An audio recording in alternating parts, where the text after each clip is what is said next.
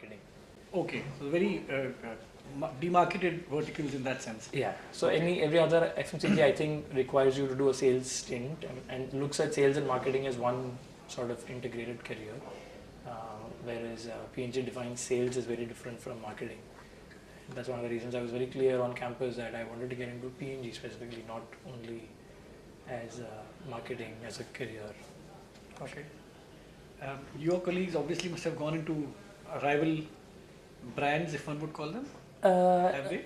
Rival brands, I'm not sure, I'm not so aware of, but rival companies, yes. Rival companies, yes. Yes, a lot of my friends from campus have joined Unilever and ITC and all these competitor companies. So you will share notes in that sense?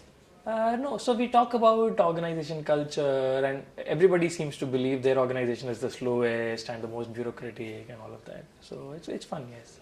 Grass is always greener in that sense. Correct. For a lot of people. Okay, I'll share with you the purpose. I don't know whether that's been shared with you or not, but it's not been shared. Not been shared with you. Right. I thought so with past experience with various organizations. What we're trying to do is make participants comfortable with a media exposure. Mm-hmm. Okay. While during the training session there would be a foundation that would be laid on the entire purpose of it. I come from a slightly different school of thought also.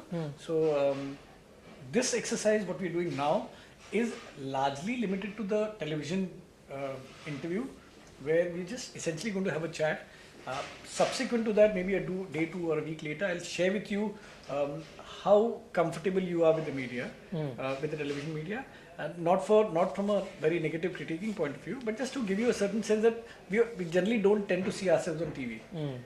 We see ourselves on picture and we generally watch ourselves critically. मैं ठीक दिख रहा हूँ कि नहीं दिख रहा हूँ. But when it comes to speech, when it comes to various elements that come in play, which are monitored by people because that's how we humans are. We look at the other person more critically first, then we appreciate them. So it's just a few questions that I'd like to chat with you. Okay. We're talking about brands, for instance, brands P&G. You handle Pampers Yes. also. Yes.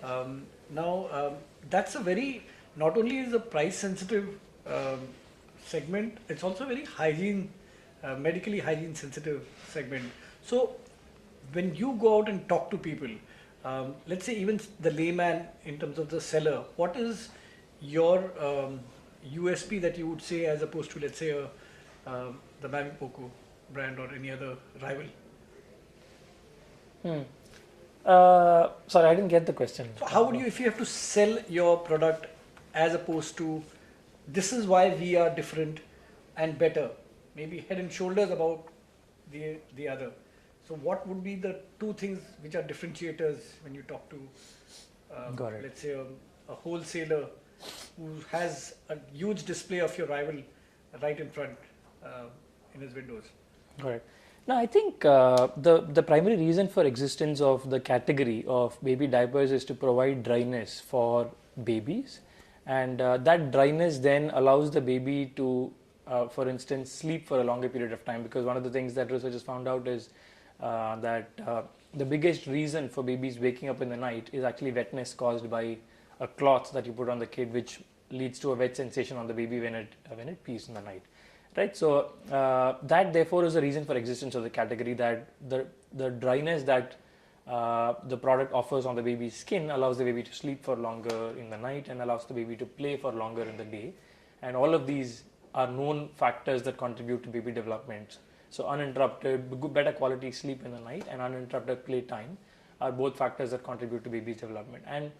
And at Pampers, one of the things that we do very, very religiously is we tailor our products to offer superior dryness versus any competitor, and that continues to be the USP, and that continues to be what I think drives the brand, which is that we offer superior dryness to babies versus competition today.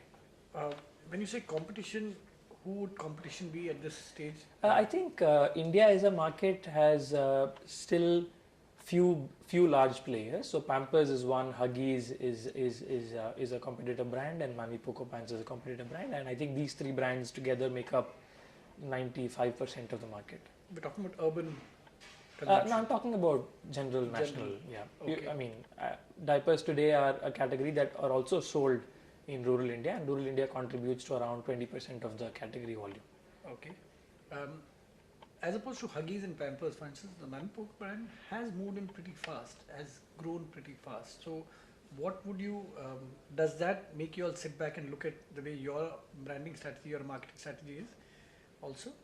Not necessarily. I think Mami Poco, you are right, has shown good growth. I think the fact of the matter though is that at a past 6 months, past 12 months, past 3 months, past 2 months sort of a denomination, Pampers as a brand has grown the fastest in India. And I think it comes back to the fundamental superiority of performance that we offer to the consumer. The reason why the perception of Mami Poco growing fast is because the Mami Poco was a brand that brought in the pants category, subcategory in the country, and Indian consumers warmed up to that because it was quite intuitive to the Indian consumer because they've been used to wearing chaddis and stuff and shorts on their babies, and that is a functionality that Pampers also offers consumers, and Pampers today is very, very close to market leadership on the pants sub-segment as well. But supply seems to be a concern area at the Pampers end. From whatever conversations I've had with people, I'm a consumer of, in my family, I'm a consumer of Pampers, let me be honest. Supply seems to always be a problem on that, which compels me to look at, may not be consume any of the rivals. Has that been brought to your notice?